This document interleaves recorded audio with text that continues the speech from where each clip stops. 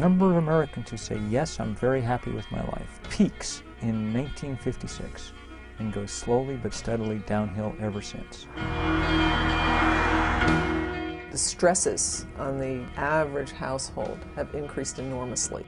There is a constant pressure on people to have bigger, better, more. And all the time we're exposed to images of a certain level of material success, a certain level of looks, a certain lifestyle that we're kind of measuring ourselves up to and seeing ourselves not as good as. It's a terrific onslaught of marketing, advertising, brainwashing. It's a system run amok.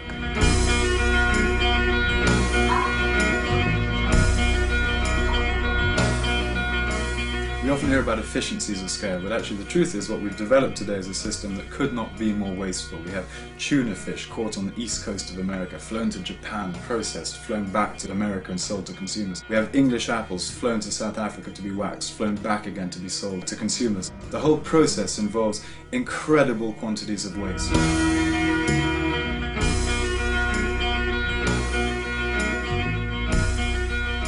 Only with a full cost accounting system, a true cost accounting system, will we begin to understand that goods that are shipped from 10,000 miles away are actually far more expensive than goods produced locally.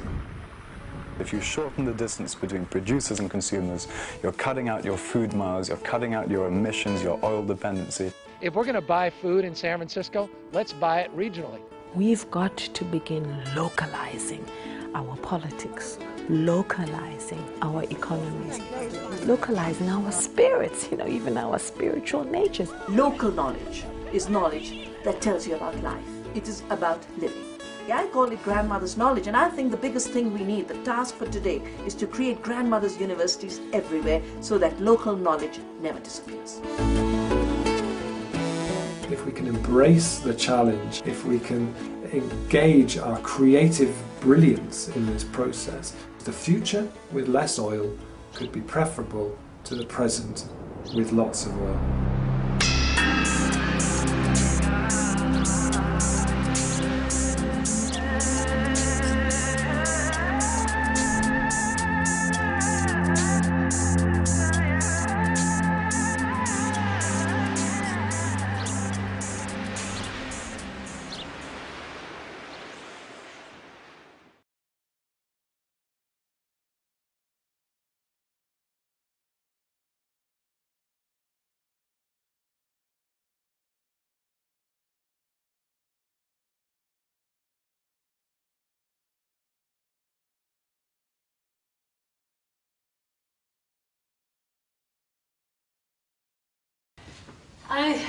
As we all know, everything from global warming to the global financial crisis is telling us that we need fundamental change in society. And I'm going to be arguing that for all of us around the world, the highest priority, the most urgent issue is fundamental change to the economy. And from my point of view, the change that we need to make is shifting away from globalizing to localizing economic activity.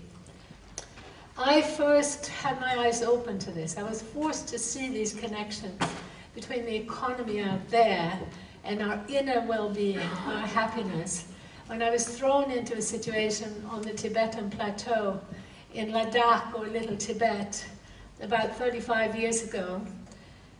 This area had been sealed off from the outside world, and it was suddenly thrown open to the outside world, to the outside economy. And I saw with my own eyes how subsidized food coming in on subsidized roads, running on subsidized fuel, how that food and other goods brought in from thousands of miles away destroyed the local market. And almost overnight, this led to unemployment. This in turn led to friction between people who had lived peacefully side by side for generations. After a decade, Buddhists and Muslims in Ladakh were literally killing each other. Localization is a solution multiplier that offers a systemic, far-reaching alternative to corporate capitalism as well as communism. It's a way of dramatically reducing CO2 emissions, energy consumption of all kind, and waste, at the same time as adapting economic activity, localizing economic activity can restore biodiversity as well as cultural diversity. It's a way of creating meaningful and secure jobs for the entire global population. And perhaps most importantly of all, because it's about rebuilding the fabric of connection, the fabric of community between people and their local environment. It's the economics of happiness.